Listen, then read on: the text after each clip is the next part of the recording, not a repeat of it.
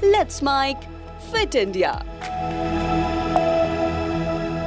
चेहरा चमकाने के लिए हम सभी अपनी त्वचा पर न जाने किन किन क्रीम और अन्य प्रोडक्ट्स का इस्तेमाल करते हैं। मगर क्या आप जानते हैं कि ग्लोइंग स्किन के लिए केवल प्रोडक्ट्स काफ़ी नहीं होते हैं। आमतौर पर ये केमिकल्स त्वचा के फ़ायदे के लिए लगाए जाते हैं, मगर ये फ़ायदे की जगह नुकसान का कारण भी बन जाते हैं।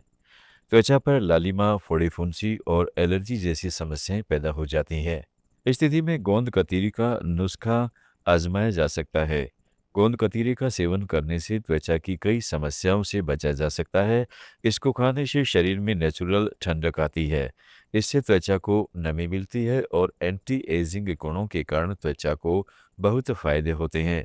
गोंद कतीरा शरीर को अंदर से डिटॉक्सिफाई करके मुहासे, झुर्रियों और सनबर्न जैसी समस्याओं को कम कर सकता है। तब त्वचा शाइनी और जवां दिखाई देती है। ये नुस्खा त्वचा और सेहत दोनों के लिए फायदेमंद हो सकता है। इसके सेवन का तरीका इस प्रकार है। गोंद कतीरा को रात भर भिगोना है। सुबह इसके क्रिस्टल जेली जैसे दिखेंगे। इसमें थोड़ा ठंडा पानी डालें और आधा नींबू मिला लें। इन सभी चीज़ों को मिक्स करके पी सकते हैं। 3 से 4 दिन इसे पीने से असर दिख सकता है। बता दें कि नींबू त्वचा के लिए अच्छा होता है क्योंकि इसमें विटामिन सी और सिट्रिक एसिड के कारण त्वचा पर होने वाले दाग धब्बों को कम किया जा सकता है।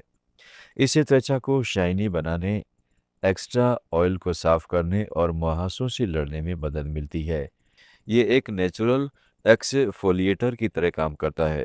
हालांकि इसकी एसिडिक प्रॉपर्टीज त्वचा को नुकसान भी पहुंचा सकती है।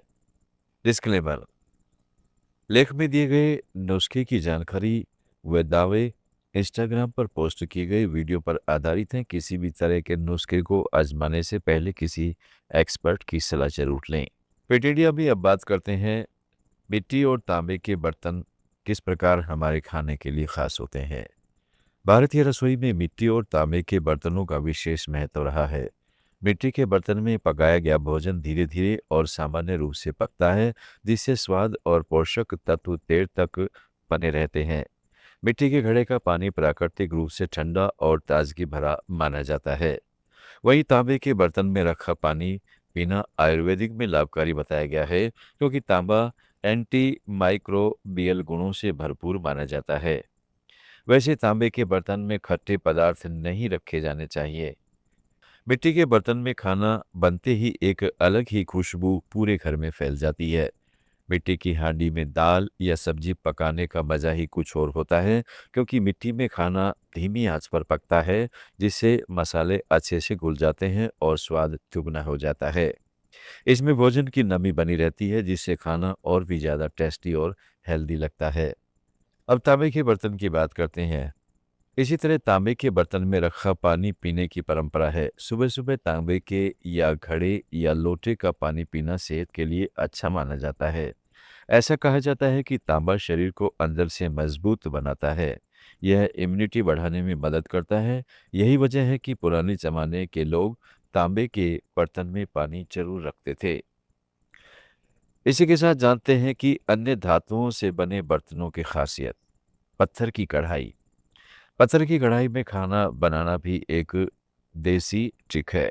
पत्थर की खासियत यह होती है कि यह गर्मी को धीरे धीरे पकड़ता है और फिर बराबर फैलाता है। इससे खाना न जल्दी जलता है और न कच्चा रह जाता है। पत्थर की कढ़ाई में बनी सब्जी या ग्रेवी का स्वाद इतना गहरा होता है कि एक बार खाने के बाद याद रह जाता है। अब बात करते हैं लोहे के बर्तन की। लोहे के बर्तन में सिर्फ परंपरा नहीं बल्कि सेहत का भी खजाना है। लोहे के बर्तन में खाना धीरे धीरे पकता है और कहा जाता है कि इसे खाने में थोड़ा आयरन भी मिल जाता है। खासकर पालक, दाल या सब्जी लोहे के बर्तन में बनाना शरीर के लिए फायदेमंद माना जाता है। देसी अंदाज में खाना और सेहत दोनों साथ मिल जाते हैं। इसके बाद बात करते हैं कांसे के बर्तन की। कांसे के बर्तन भारतीय संस्कृति में बहुत खास माने जाते हैं। पुराने समय में घरों में कांसे की थाली और कटोरी में भोजन करना आम बात थी। कहा जाता है कि कांसे के बर्तन में खाना खाने से पाचन बेहतर रहता है और शरीर में ऊर्जा बनी रहती है। त्योहारों और पूजा के समय भी कांसे के बर्तनों का अलग ही महत्व होता है। इसके बाद बात करते हैं स्टील के बर्तन।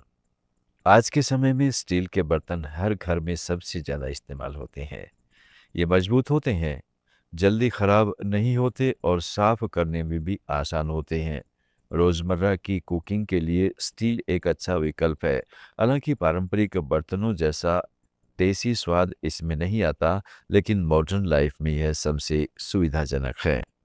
फिट इंडिया में अब चलते हैं बच्चों की खांसी जुकाम होने पर उन्हें हमें दवा नहीं देनी चाहिए या देनी चाहिए। बदलता मौसम बच्चों पर भारी पड़ता है। वो आमतौर पर सर्दी जुकाम से ग्रस्त हो जाते हैं, लेकिन चाइल्ड स्पेशलिस्टों का कहना है कि खांसी जुकाम में तुरंत दवाई देना नुकसानदेह हो सकता है। वे 3 से 4 दिनों को दवा से दूर रखने की सलाह देते हैं। मौसम बदलते समय बड़े बूढ़े तो बीमार होते ही हैं, लेकिन छोटे बच्चे नवजात सबसे ज़्यादा बीमार पड़ते हैं। वायरस तेजी से बच्चों को चपेट में ले लेता है। वे सबसे ज़्यादा खांसी और जुकाम से परेशान होते हैं। डॉक्टरों का कहना है कि चाहे बच्चे इस वक्त खांसी और जुकाम से दो चार हो रहे हों, लेकिन उनकी सलाह माता पिता को यही है कि 3 से 4 दिन तक यदि बच्चों में ज़्यादा तकलीफ नहीं है और केवल खांसी और जुकाम ही है और ये ज़्यादा परेशान नहीं कर रहे हैं, तो वे बच्चों को किसी भी तरह की कोई दवाई न दें। इंडियन एकेडमी ऑफ पीडियाट्रिक्स की गाइडलाइन भी यही है कि यदि बच्चे मौसम खराब होने की वजह से वायरस की चपेट में आते हैं तो उन्हें जल्द से जल्द दवाई देना शुरू नहीं करना चाहिए। थोड़े दिन का इंतज़ार करना चाहिए। यदि उनमें किसी भी तरह का कोई खतरनाक लक्षण नहीं है तो वह वायरल अपनी समय सीमा पूरी करने के बाद खुद ही समाप्त हो जाएगा। गाइडलाइन कहती हैं कि बच्चों को तुरंत दवाई देना इसलिए शुरू नहीं करना चाहिए क्योंकि वायरल जैसी चीज़ें जाने में समय लेती हैं। यदि आप दवाइयाँ भी देंगे तो वे अपने निर्धारित समय को पूरा करके ही शरीर से जाएंगी। इसके अलावा गाइडलाइंस में यह भी कहा गया है कि ज़्यादा दवाइयाँ देना बच्चों की सेहत पर असर डाल सकता है और दवाइयों के साइड इफ़ेक्ट्स भी होते हैं। डॉक्टरों के अनुसार दवाई न देने का मतलब यह नहीं है कि माता-पिता बिल्कुल ध्यान देना बंद कर दें। उन्हें यह ज़रूर देखना चाहिए कि वायरल से बच्चों को ज़्यादा तकलीफ तो नहीं हो रही है और यदि हो रही है तो उन्हें डॉक्टर के पास ले जाना चाहिए। लेकिन यदि कोई ज़्यादा तकलीफ नहीं है तो घर में ही बच्चों को भाप दी जा सकती है। नोज़ल ड्रॉप्स भी बच्चों की नाक में डाल सकते हैं। इसके अलावा बच्चों को घर में सामान्य तापमान में रखना चाहिए। डिस्क्लेमर: इस खबर में सामान्य जानकारी दी गई है, इसलिए डॉक्टर्स से परामर्श के बाद ही कोई चीज उपयोग करें। आप सुन रहे थे let's mike more than radio. Follow कीजिए हमें हमारे सोशल मीडिया प्लेटफॉर्म्स पर। It's time for news. It's time for more than radio. Presenting the first radio news app, Let's Mic.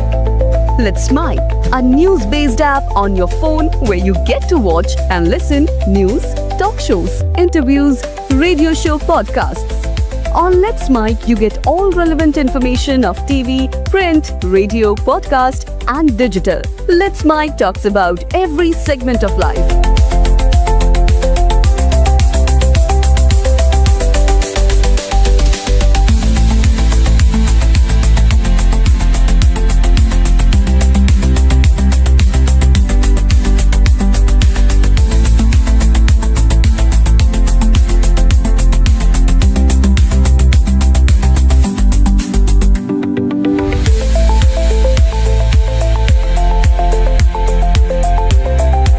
Download the app now from Play Store. Available both on Android and iOS mobile phones.